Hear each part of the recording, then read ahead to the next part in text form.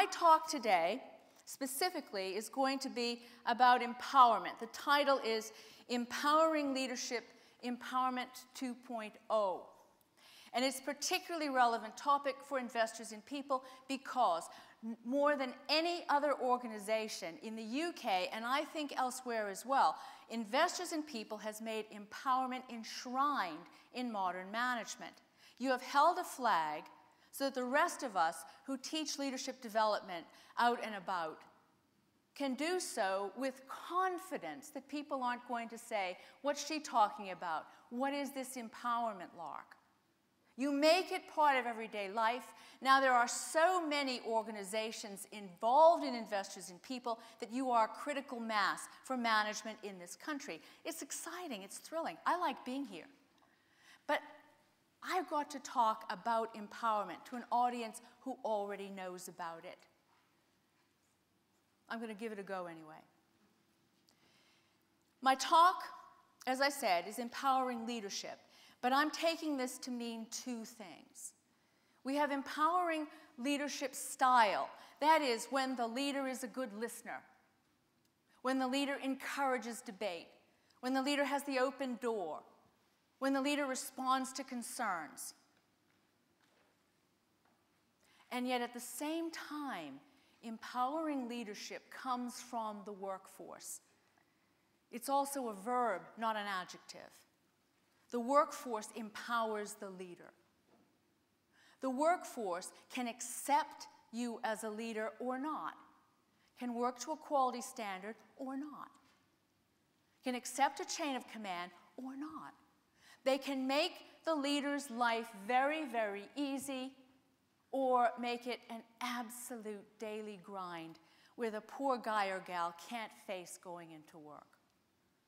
The choice is always going to be the leaders and the leaders' followers, and then we create a circle.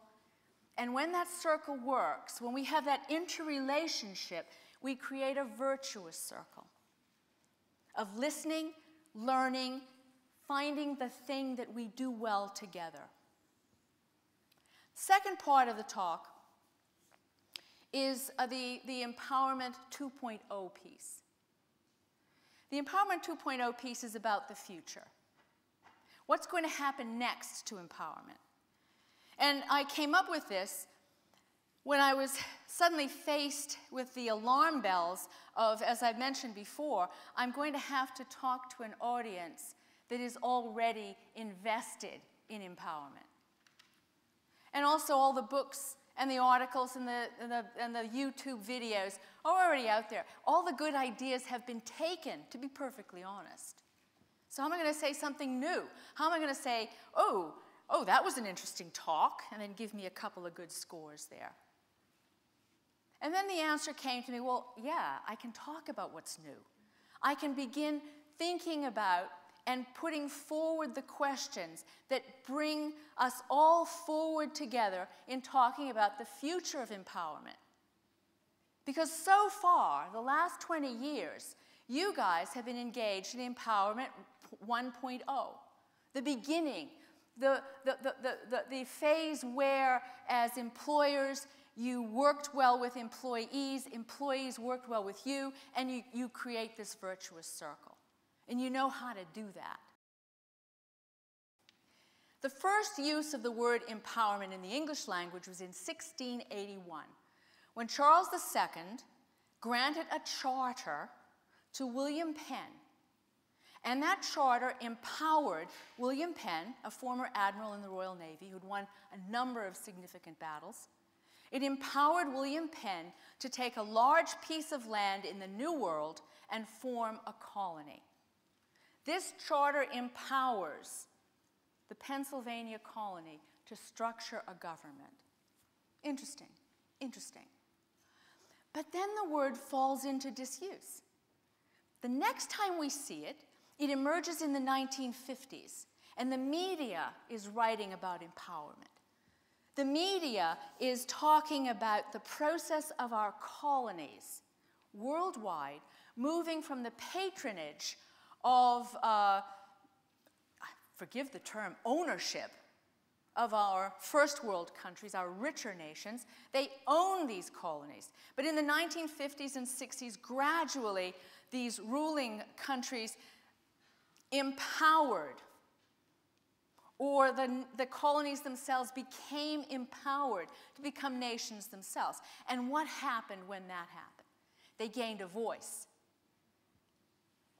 The nations gained a voice, and the populations within those nations each became singly and together important. They became significant. They had a voice.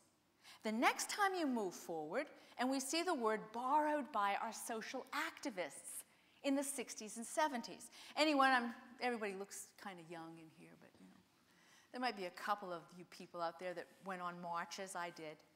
You know, the kind of community action that enabled our disenfranchised, our minorities, to move from the shadows into the mainstream and once again get a voice, have a voice, be present, be accepted, be seen and heard. So we roll the camera forward, and I'm going to skip a couple of decades there.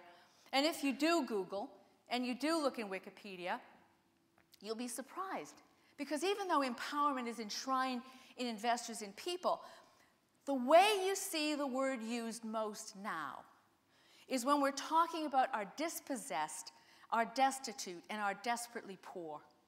The financial services sector has taken on the word empowerment to describe the process of an individual becoming an economic citizen.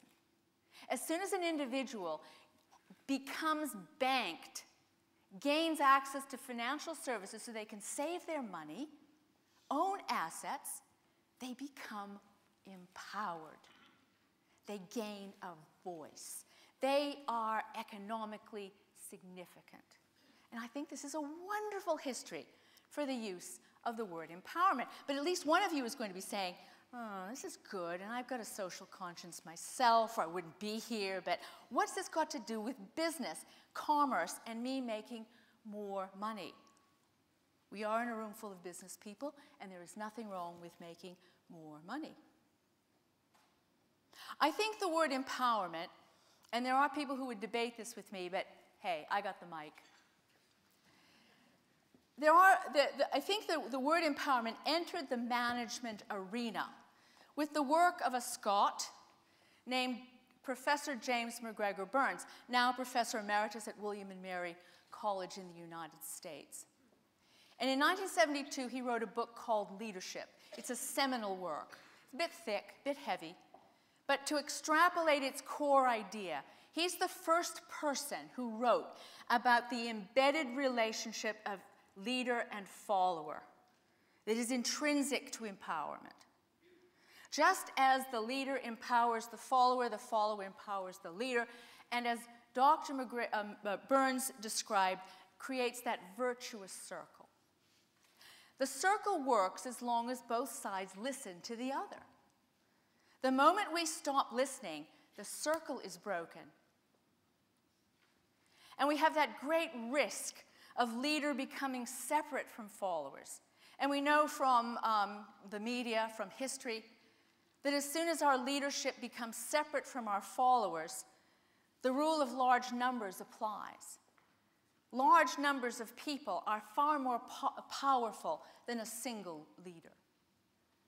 So that even if I sit at the top and I'm a despot, I'm an autocrat, and I don't have to listen to anybody because I own the place, eventually, I will be thrown over. And when we use voice and when we encourage voice, the leader becomes valued because the leader values the other people. So all of that so far gives us the platform, Empowerment 1.0. But I'm supposed to talk about Empowerment 2.0. And you say, ooh, what's she going to say? Is it going to be like a woo-woo? I wonder that faith popcorn predicts the future. No, I don't really have that kind of ability.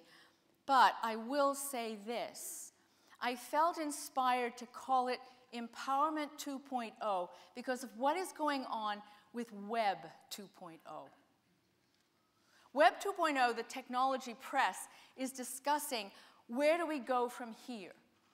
For 20 plus years, we've had the development of Web 1.0.